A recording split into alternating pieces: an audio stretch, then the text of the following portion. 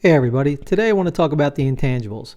I believe that the intangibles create the tangible, and it starts off with chapter 4 of my book telling a story about the NFL today. So I'm a big football fan, and about 40 years or so ago, I used to watch the show all the time, and it had this board that Brett and Jimmy the Greek used to stand next to, and they'd check one box or another, quarterback, offensive line, etc., etc. But they'd always get to this line at the bottom that seemed to be the most important. It was called the intangibles.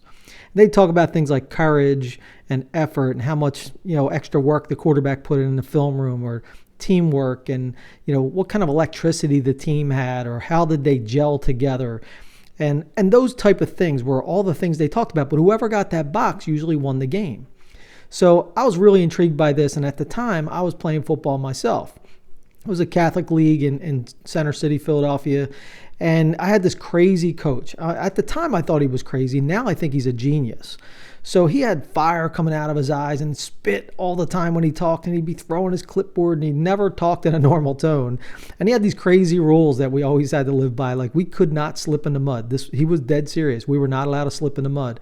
And if a ball was thrown to you and it touched your fingertips, you were responsible to catch it. That was your obligation to us.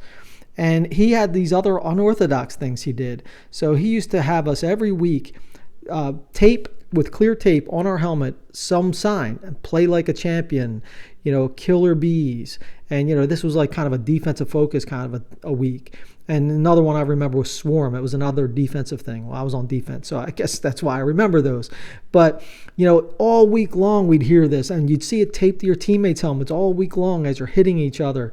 And he would then be following that up with this methodical yelling of whatever it was, and come on, swarm, swarm, every time we would do something. And we got, throughout the week, it was like this brainwashing that we got for an entire week with this guy. And then we'd get to game day. By the time we got to game day, we were all on the same page. Like everybody was thinking the same thing, feeling the same thing.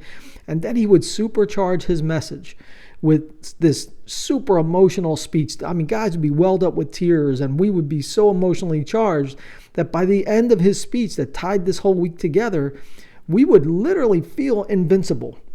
We felt like nobody could beat us. And honestly, I've never since then really felt that level of invincibility in anything. But he really supercharged us to the point where we walked out of that meeting, and whether we were getting on the bus or we had a home game where we were walking down the street, we felt like there was no way we were going to lose this game. And when it's a great feeling to go on the field with, and we'd win games 24-0, 49-0. We went an entire season undefeated and unscored upon.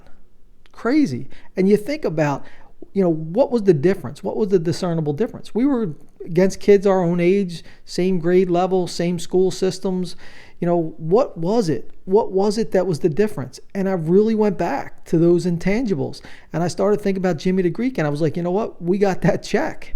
We got the check for the intangibles. We had teamwork, tenacity, courage, invincibility, all those things that you can't put on a spreadsheet or put on a piece of paper. And I started realizing I needed to measure success this way.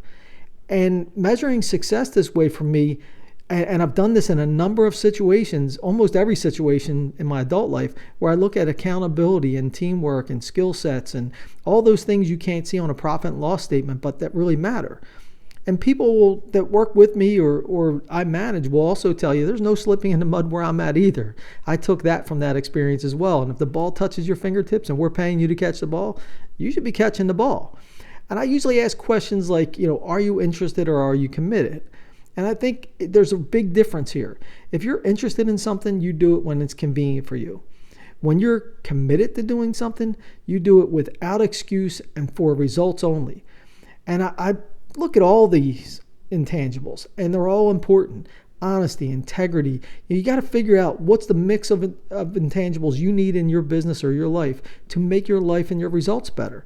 And I will tell you, I have really honestly had this happen in every situation, both personally and professionally, that when I have the right intangibles, that I get the results I'm looking for. And I think if you can get better results, you'll start looking at the intangibles like I look at them. I look at them like a superhero. I think it is the discernible difference between greatness and being good. And I would ask you to really take a look at it. I thank you for listening, and good luck trying to find out what your intangibles are.